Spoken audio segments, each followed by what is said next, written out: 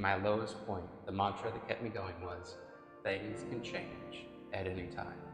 Maybe that's something you need to say in your mind or out loud right now. Things can change at any time.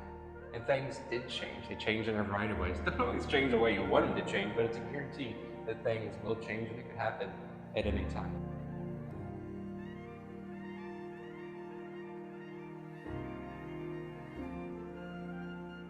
My new mantra right now, and maybe you need this one, is it's not my job to save the world. It's not my job to save the world.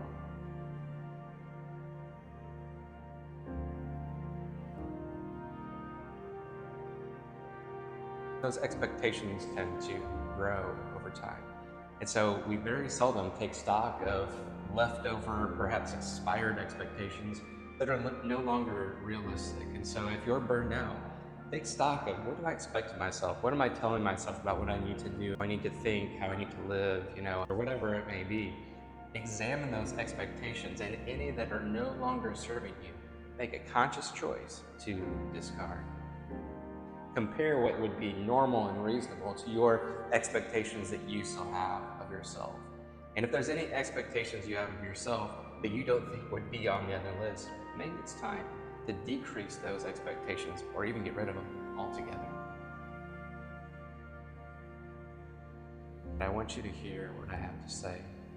The most important thing you can do is to forgive yourself.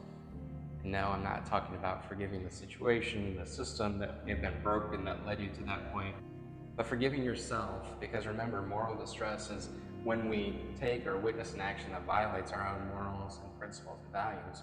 So when we forgive ourselves, we say, it's okay that I had that value and that I felt badly about transgressing.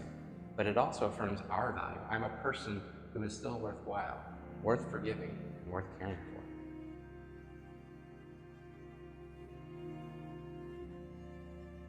I viewed myself as strong, helpful, capable, the one you could rely on that didn't need to take sick days or be weak, anything like that. And so all of a sudden, the attributes that I put stock in for years as this is who I am, were not as accessible as they were before. So my sense of identity started to crumble.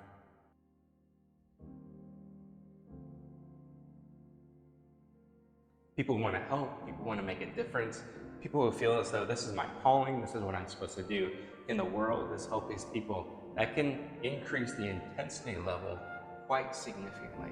It's like I should be able to work through this, I should be able to pull myself up, I should be strong, I should be able to do this. Remember though that moral distress, moral injury, burnout don't play fair. They happen to good people who want to do good work, who are put into impossible situations over and over.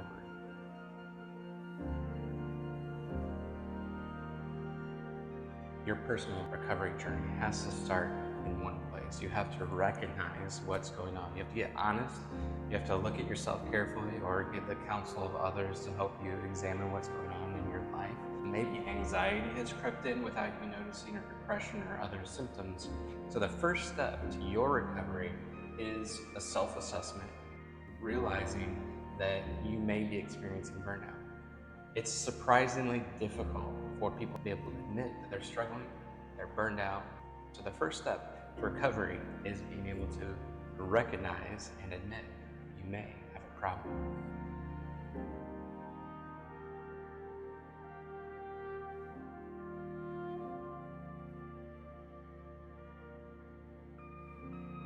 What do you do when you're burned out?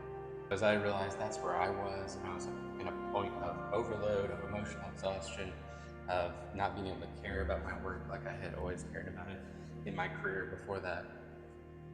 I started to look around and ask myself, how does one recover from burnout, especially while I was still in the same job, I was still doing the same things, and on one level I still cared about what I was doing, but it was harder to get together the energy to focus on my work like I had before.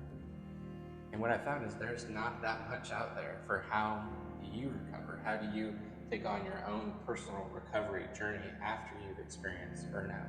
And so that's what I want to share with you. I want to share some things that I've discovered, some things that I've experienced as well, about how you can recover